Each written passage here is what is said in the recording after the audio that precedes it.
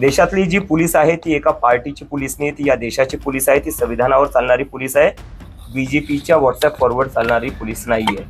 आणि जर तुम्हाला बीजेपीचेच ऑर्डर फॉलो करायचे असतील आणि देशाचं संविधान बाजूला ठेवायचं असेल तर खाकी पॅन्ट काढून खाकी चड्डी घाला, बीजेपीच्या हेडक्वार्टर समोर उभा राहा आणि म्हणा मे बी चौकीदार. 2014 मध्ये जो एक माणूस आला, आपण त्याला संविधानापेक्षा मोठे केलं, आपण त्याला देशापेक्षा मोठे केलं, अपन त्याला म्हणजे एकंदरीत देवापेक्षाही मोठं करून टाकलं. धमकियां बहुत मिली कि बीजेपी में आ जाओ, अच्छा रहेगा तुम्हारे लिए, तुम्हारे परिवार के लिए. तो मुझे तो मतलब बहुत शर्म आती है कि इतने बड़े प्रधानमंत्री, इतने बड़े अमित शाह, उनके पोते की उम्र का मैं हूँ, उनके पोते की उम्र के बच्चों को इस तरह की धमकियां देते हैं. मतलब क्या क्या फायदा तुम्हारे इतने बड़े प्रधानमंत्री या गृहमंत्री होने का अगर तुम्हें बच्चों को इस तरह की धमकियां देनी पड़ती है. आंदोलनानं जयंतीनं संस्कृतीला बदनाम केलेला आहे. आज त्याचं स्टेटमेंट होतं. कशा प्रकारे बदनाम केलंय? लोकतंत्रासाठी लढून बदनाम केलेले, आपल्या हक्कासाठी लढून बदनाम केलेले, पेपर फुटीच्या विरोधात लढून बदनाम केलेले. जर याला संस्कृती बदनाम करणं म्हणतात, जर लोकतंत्रासाठी लढणं, संविधानाच्या रस्त्यावर चालून विरोध प्रदर्शन करणं, डॉक्टर बाबासाहेब आंबेडकरांचा फोटो घेऊन चालणं, महात्मा गांधीचा फोटो घेऊन चालणं, जे भीमचे नारे लावणं संस्कृती बदनाम करणे, तर रामदेव बाबांना सांगा आम्ही करतोय संस्कृती बदनाम. तुम्ही जे पतंजलीचे जे बनवतायत ना प्रोडक्ट्स, ज्याच्यावर सुप्रीम कोर्टी म्हणले की फसवणूक होतीये, त्याच्यावर थोडं लक्ष करा. संस्कृती आणि लोकतंत्र आणि देश हा जेनजी मला वाटते बऱ्यापैकी सांभाळून घेऊ शकतो. तुम्ही जे पतंजलीचे पॉल्ट्री प्रोडक्ट्स आहे त्याच्यावर थोडं लक्ष ठेवा, नाही तर पतंजली बंद पडून जायचं. दुसरा एक विषय आलेला आहे की सीजीपी आणि संयुक्त किसान मोर्चा पुढच्या काळात सरकार विरोधात आक्रमक होतील असं झालं. काल सीजीपी आणि तुमची टीम आणि संयुक्त किसान मोर्चाचे काही सदस्य एकमेकांशी राकेश टिकेत यांच्याशी भेट घेऊन या सगळ्या मुद्द्यावर चर्चा केली होती की प्रश्न कसे पुढे घेऊन जाईल. नाही, नक्कीच. कारण की बघायला गेलं तर एकंदरीत शेतकऱ्यांची मुलं ही शिकतातच आहे, शेतकऱ्यांच्या मुलांचंही शिक्षण चालू आहे, तेही परीक्षाच देतात. तर जेव्हा आमचे किसान नेता जे राकेश टिकेत असो किंवा इतर चढुनी जी असो, जेव्हाही भेटणं झालेले ते म्हणले की तुम्ही जे आहे आमच्याच मुलांसारखे आहेत, आमच्या मुलांना करिअर करायचं आणि त्याच्यासाठी हे सगळं आंदोलन आहे. आणि आमच्या आंदोलनात जो पाठिंबा आम्हाला किसान युनियनकडून भेटलेला आहे, किसान नेत्यांकडून भेटलेला आहे, तो खूप महत्त्वाचा होता, मोलाचा होता. आणि जेव्हा गरज होती तेव्हा ते आमच्या सोबत उभा राहिलेले. आणि इथून पुढे जेव्हा जेव्हा शेतकऱ्यांना असो, किसान नेत्यांना असो आमची गरज पडेल, आम्ही त्यांच्या सोबत उभाच राहू.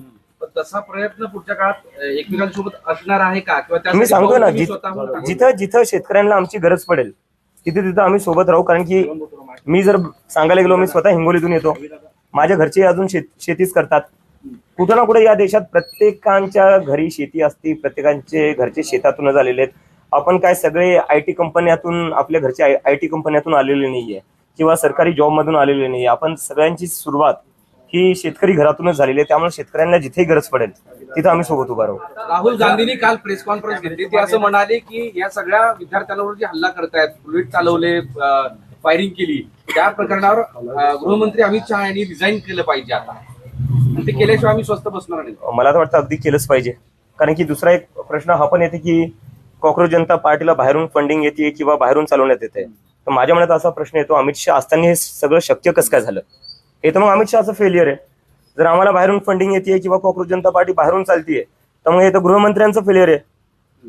चाणक्य कसले मग तुम्ही असताना जर बाहेरून फंडिंग येते किंवा बाहेरून चालवण्यात येते, मग तर तुम्ही स्वतः फेल झाले आणि तुम्ही राजीनामा दिला पाहिजे.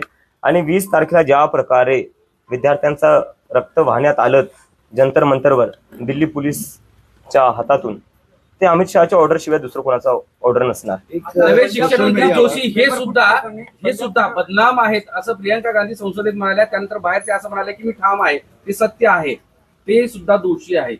मी त्यांची क्लिप पाहिली जिथं जे बिल्किस बानोचे बलात्कारी होते त्यांच्या स्वागतासाठी काहीतरी बोलले ते.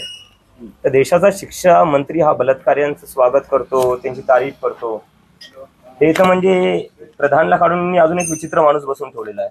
काय मेसेज देताय तुम्ही देशाला की जो शिक्षा मंत्री आहे तो बलात्काऱ्यांचा सपोर्ट करणार, त्यांचं स्वागत करणार? पण हे लोक करणार पण काय? यांच्या पक्षात दुसरे कोणते लोक आहेत? सगळी गुंड भरलेली आहेत. कुलदीप सेनगर झाला, काय होता यांच्या सरकारमध्ये? काय ते जे राम रहीम आहेत ते पैरोलवर बाहेर येतात. तर गुंड आणि बलात्काऱ्यांचं समर्थन करणारी ही सरकार आहे. कंगना रावतांची चर्चा होते, ते जनरेशर गटार असं म्हणते जेनजीला, आणि त्यावर आता बरंच वाद. कंगना राणावत बद्दल काय बोलू मला काही. एक असं चित्र दिसतंय सोशल मीडियावर की झेंझीला सपोर्टही केला जातोय आणि त्याच प्रमाणात त्याच सोशल मीडियावर झेंझीला आता ट्रोलही केलं जातंय, संस्कारांची आठवण करून दोन्ही बाजू चालवल्या जातात. जेनझीला ट्रोल केलं जातं मला याच्यावर कळत नाही. जेनझी आहे कोण? जे मुलं आज 15 ते 25 ते 28च्या वयोगटातले, त्या मुलांना ट्रोल करून भेटणार काय?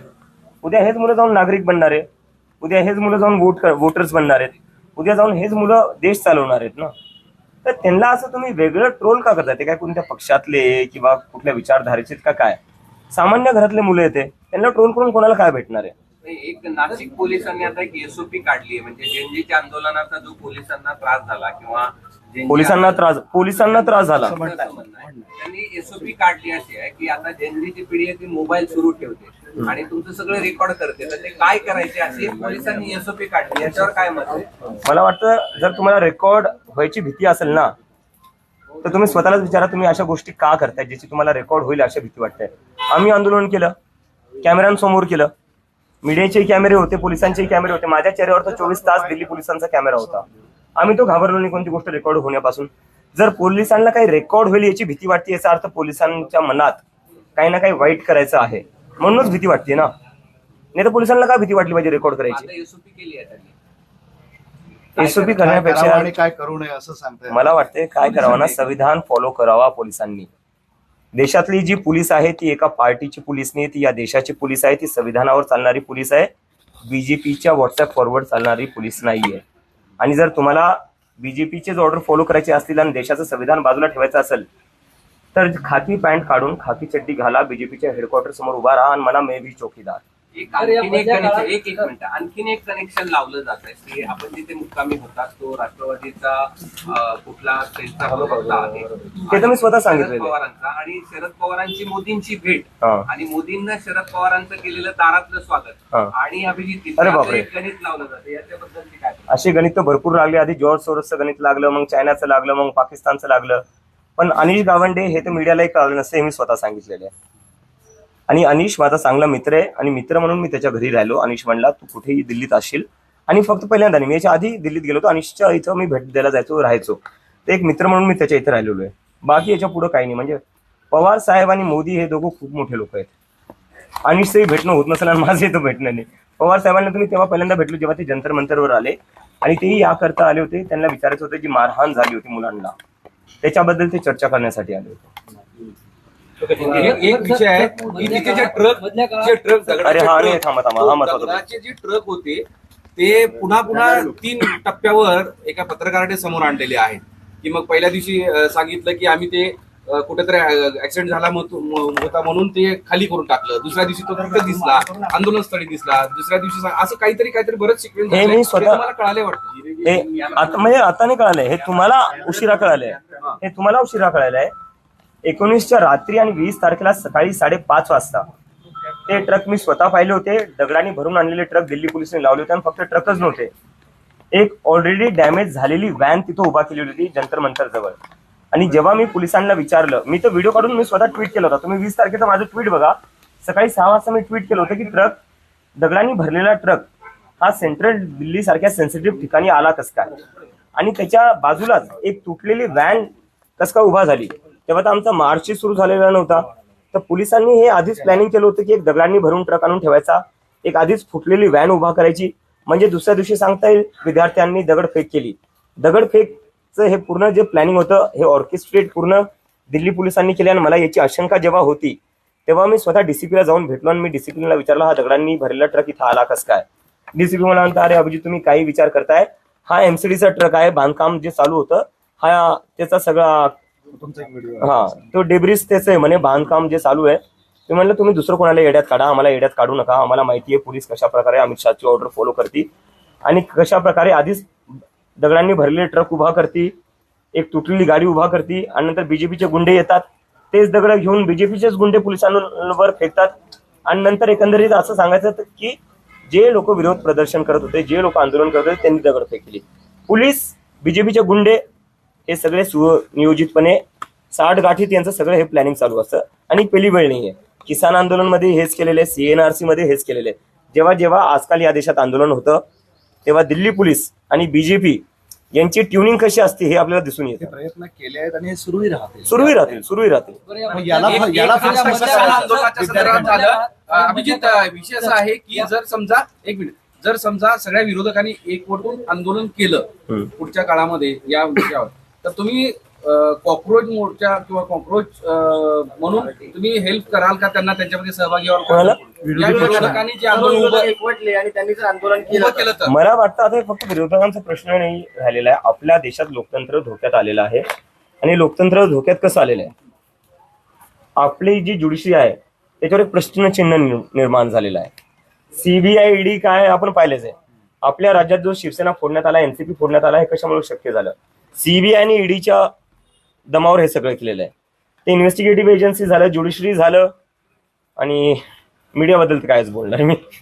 तुम्ही लोक आहेत, मराठी मीडियाचा मी सन्मान करतो, पण मीडिया काय डेमोक्रेसीचे 4 पिलर असतात म्हणतात ना, त्याच्यात ज्युडिशरी एक असतो, मीडिया असतो, ह्या दोन्ही. ज्युडिशरीवर तर खूप मोठा प्रश्नचिन्ह निर्माण आहे आणि मीडियावर प्रश्नचिन्ह नाही आहे. मीडियावर क्लिअरली दिसते मीडिया कोणत्या बाजूला आहे. तर जेव्हा या देशातले सगळे मोठे मोठे इन्स्टिट्यूशन्स जे आहेत, ज्यांचं काम होतं लोकतंत्राला जिवंत ठेवणं, ज्यांचं काम होतं एका माणसाची दडपशाही तानाशाही निर्माण नाही झाली पाहिजे, त्या लोकांनी हे होऊ दिलं. आणि याला थांबवण्यासाठी आता हे फक्त विरोधी पक्षांसाठी नाहीये, या देशातल्या जनतेला यासाठी एकत्र यावं लागेल. म्हणजे 2 पिलर पॉलिटी आणि एक्झिक्युटिव्ह हे पूर्णतः घरात झाले. Compromise, totally compromise.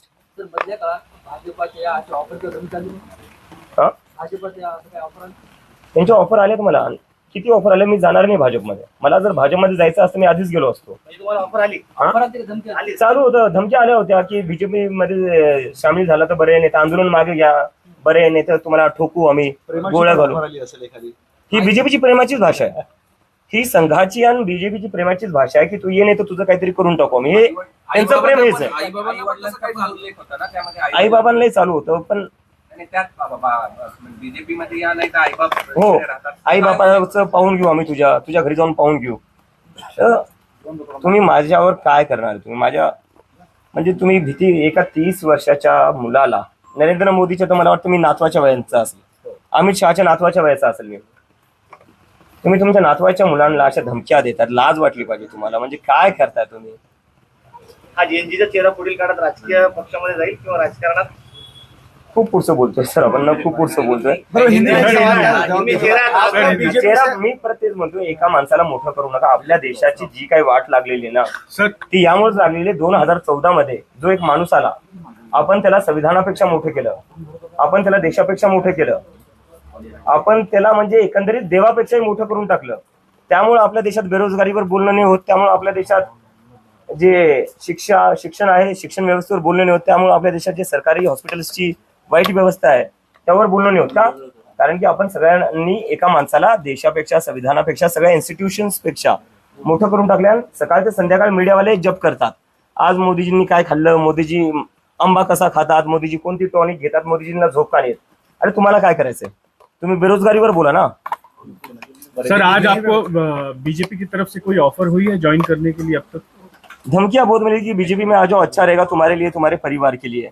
तो मुझे तो मतलब बहुत शर्म आती है कि इतने बड़े प्रधानमंत्री, इतने बड़े अमित शाह, उनके पोते की उम्र का मैं हूँ, उनके पोते की उम्र के बच्चों को इस तरह की धमकियां देते हैं. मतलब क्या फायदा तुम्हारे इतने बड़े प्रधानमंत्री या गृह मंत्री होने का, अगर तुम्हें बच्चों को इस तरह की धमकियां देनी पड़ती है. कंगना रनावत के बाद रामदेव अभी बाबा का ऐसा कहना है रामदेव कि जनरेशन आप पूरी खराब कर रहे हैं, जेनजी जनरेशन आप पूरी खराब कर रहे हैं, उनका कल्चर बिगाड़ रहे हैं इस आंदोलन के माध्यम से. पूरे अगर देश के डेमोक्रेसी की लड़ना जनरेशन खराब करना है, अगर सरकार से सवाल करना, क्या कौन सा वर्ड है वो, खराब कर रहे हैं पूरी संस्कृति अगर डेमोक्रेसी के लिए लड़ना संस्कृति खराब करना है, अगर सरकार से सवाल करना संस्कृति को खराब करना है, अगर अपने फ्यूचर के लिए लड़ना संस्कृति को खराब करना है, और अगर अपनी पढ़ाई के लिए लड़ना संस्कृति को खराब करना है, तो हम संस्कृति खराब कर रहे हैं. और मैं कहना चाहूंगा बाबा रामदेव जी से कि सर, पतंजलि के जो फॉल्टी प्रोडक्ट्स बन रहे हैं ना, वो जो खराब हो रहे हैं, पहले उस पर ध्यान दीजिए. उस पर तो सुप्रीम कोर्ट भी बोल रही है उनको बैन कर दो. वो जो आपकी खराब प्रोडक्ट्स है, पहले उस पर ध्यान दीजिए आप. संसद में कल जो है राहुल गांधी ने डिमांड की अमित शाह जी का इस्तीफा. किसके कहने पे गोलियां चलाई गई, उसका जवाब मांग रहे थे, आप क्या कहें? मुझे लगता है इसका आंसर तो बहुत ही क्लियर है. अमित शाह जी के कहने पर ही गोलियां चली होंगी. दिल्ली पुलिस जो रिपोर्ट करती है वो अमित शाह जी को ही करती है. और अगर अमित शाह जी को इसका पता नहीं होगा तो फिर तो होम मिनिस्टर का फेलियर है। लेकिन वही बीजेपी की ओर से बयान आ रहा है कि किसी भी तरीके की गोलियां चलाई नहीं गई प्रोटेस्ट। पैलेट गन्स चलाई गई है, लोग अंधे हुए हैं। पैलेट गन्स मैंने खुद देखी है चलाते हुए, हॉस्पिटल में क्रिटिकल थे वो पेशेंट्स। और गोलियां क्या नहीं चली? बिहार में क्या हुआ है? AK-47 बिहार में क्या हुआ? AK-47 किसने चलाई? किसकी सरकार है वहां पर? मतलब देश के बच्चों के ऊपर तुम AK-47 चला रहे हो। एक टाइम था इस देश में AK-47 चलाई जाती थी आतंकवादियों पर, अजमल कसाब पर। जब पार्लियामेंट पर अटैक हुआ था तब AK-47 चलाई जाती थी। आज AK-47 चलाई जा रही है स्टूडेंट्स पर। क्या आने वाले दिनों में अगर विपक्ष कोई अगर बड़ा मुद्दा लेता है सरकार के खिलाफ, तो क्या कॉकरोच जनता पार्टी उसमें सहभाग लेंगी, उन्हें सपोर्ट करेंगी? मुझे लगता है अभी सिर्फ विपक्ष ने, इस पूरे देश को एक साथ आने की जरूरत है। इस देश में जो लोकतंत्र है, जो चीजें चल रही है, अभी भी क्या हुआ, हमारा प्रोटेस्ट खत्म होकर कुछ दिन ही हुए, सरकार ने आश्वासन दिया था कि किसी भी स्टूडेंट्स को तंग नहीं करेंगे, लेकिन फिर भी स्टूडेंट्स के घर जाकर उनको धमका रहे हैं, उनको डिटेन कर रहे हैं, उनको अरेस्ट की धमकियां दे रही है। एक तरीके से लोगों की आवाज दबाने की जो कोशिश की जा रही है, उससे तो एक चीज साफ पता चलती है, ये सरकार डेमोक्रेसी में बिलीव नहीं करती है, लोकतंत्र में बिलीव नहीं करती है। इस सरकार की वजह से इस देश का डेमोक्रेसी और लोकतंत्र कमजोर हो चुका है।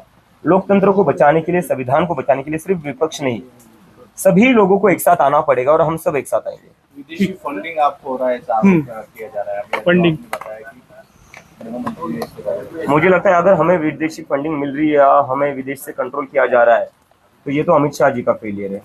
फिर अमित शाह जी को भी रिजाइन देना चाहिए। इतने बड़े चाणक्य के होने के बावजूद विदेश से फंडिंग कैसे आ रही है, विदेश से कैसे कंट्रोल हो रहा है? सर, शिक्षा मंत्री पर प्रियंका गांधी ने जो बयान दिया उसके ऊपर आप क्या कहेंगे?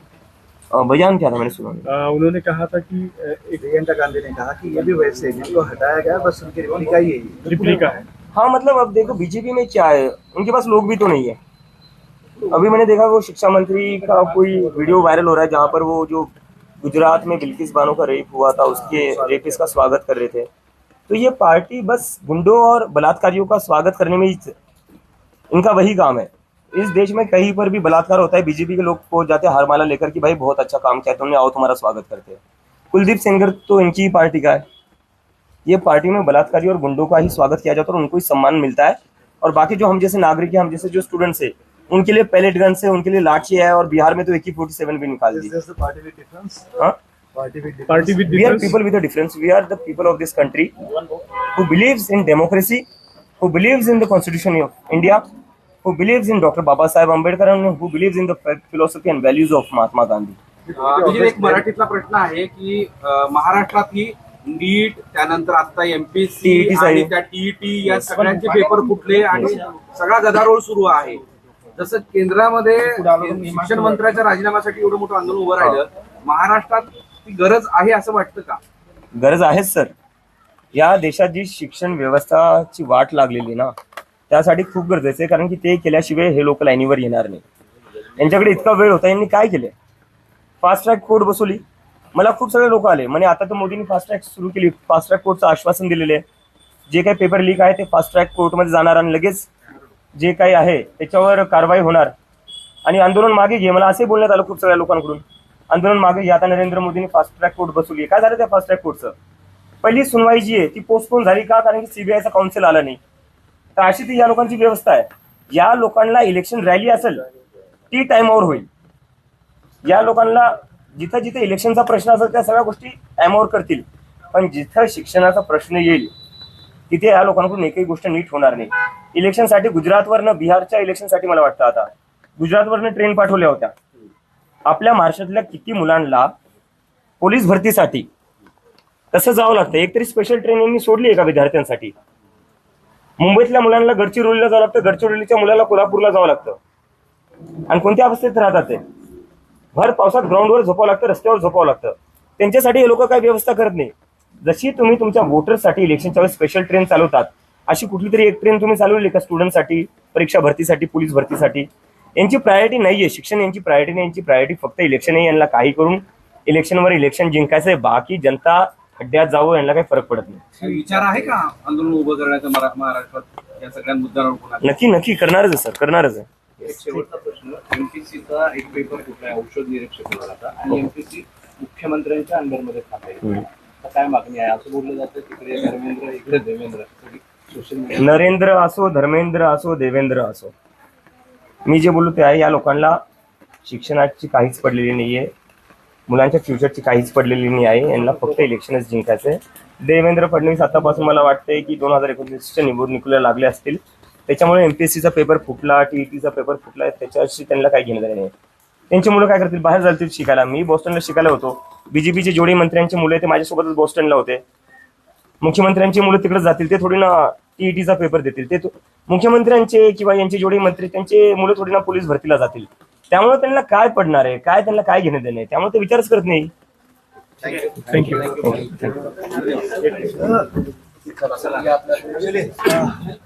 चला